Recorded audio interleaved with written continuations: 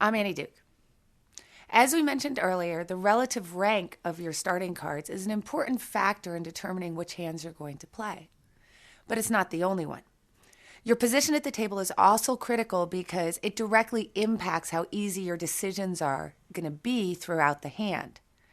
In short, being in late position is more advantageous than being in early position. Now, before we explain why position is so important, let's begin by defining what position is.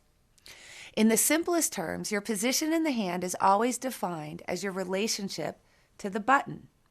Now, let's break the table down into 4 quadrants: early position, middle position, late position, and then, of course, the blinds. At a 10-handed table, the 3 seats just to the left of the big blind would comprise early positions at the table. So if the player on the button is seat 10, the player who is first to act pre-flop is the player in seat 3, followed by seat 4 and seat 5. Now, middle position would consist really of just players seated in, say, 6 and 7. And the players in the 8, 9, and 10 seats are said to be in late position. Now, at this particular table, the player in the 8 seat is sitting in the hijack, while the player in the 9 seat is sitting in cutoff, and the player in the 10 seat is on the button, which is obviously the best position at the table.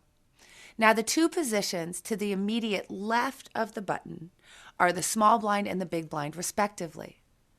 Pre-flop, the players in the blinds have the luxury of acting last in the hand. However, after the flop, if they're still in the hand, the players in the blind are now going to have to act first, and they really need to take that into account.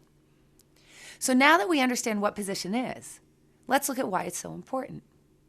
In this example, the player in the seat that's the 3 seat, in other words, under the gun, is technically in the worst position because he has to be the first person to decide if he's going to voluntarily put his chips into the pot. With 7 players, not including the players in the blinds, left to act behind him, this means there's a lot of potential for someone else to have a strong hand that they may want to raise or call with. Since the player in the 3 seat has no information about the strength of anyone else's hands, generally, he should only consider coming into the pot with, a premium to very solid hand, such as the bigger pocket pairs, ace, king, ace, queen. As action moves around the table, the remaining players will get to see the action that has taken place in front of them, making it easier for them to judge the relative strengths of their hole cards. Plus, they're going to have fewer people left back behind them. Now, a player in the 7 seat may decide to open the pot for a raise with a very weak hand, something like even as low as 4s or king jack. If everyone in front of him folds, because there are only a few players left to act behind him and there are fewer chances of someone having a stronger hand, he can then open up his range. Now, on the other hand, if a player in the 5 seat raises, the player in the 7 seat may just decide to call with his smaller pocket pairs in hopes of, hitting a set on the flop, or maybe bluffing if he doesn't hit since he has position on the other player. Now, with this in mind, here are some general guidelines to help you determine which hands you should play in which position. Now, in early position, you're going to want to play mostly, premium to very solid hands that either, could stand being re-raised or that you're willing to play big pots with out of position. You should be very wary of hands like ace-jack or king-queen because they're very easily dominated by the kinds of hands that are willing to call your raise. And when you're dominated, it can cost you a lot of chips if, in this sense, you're unlucky enough to hit something like top pair.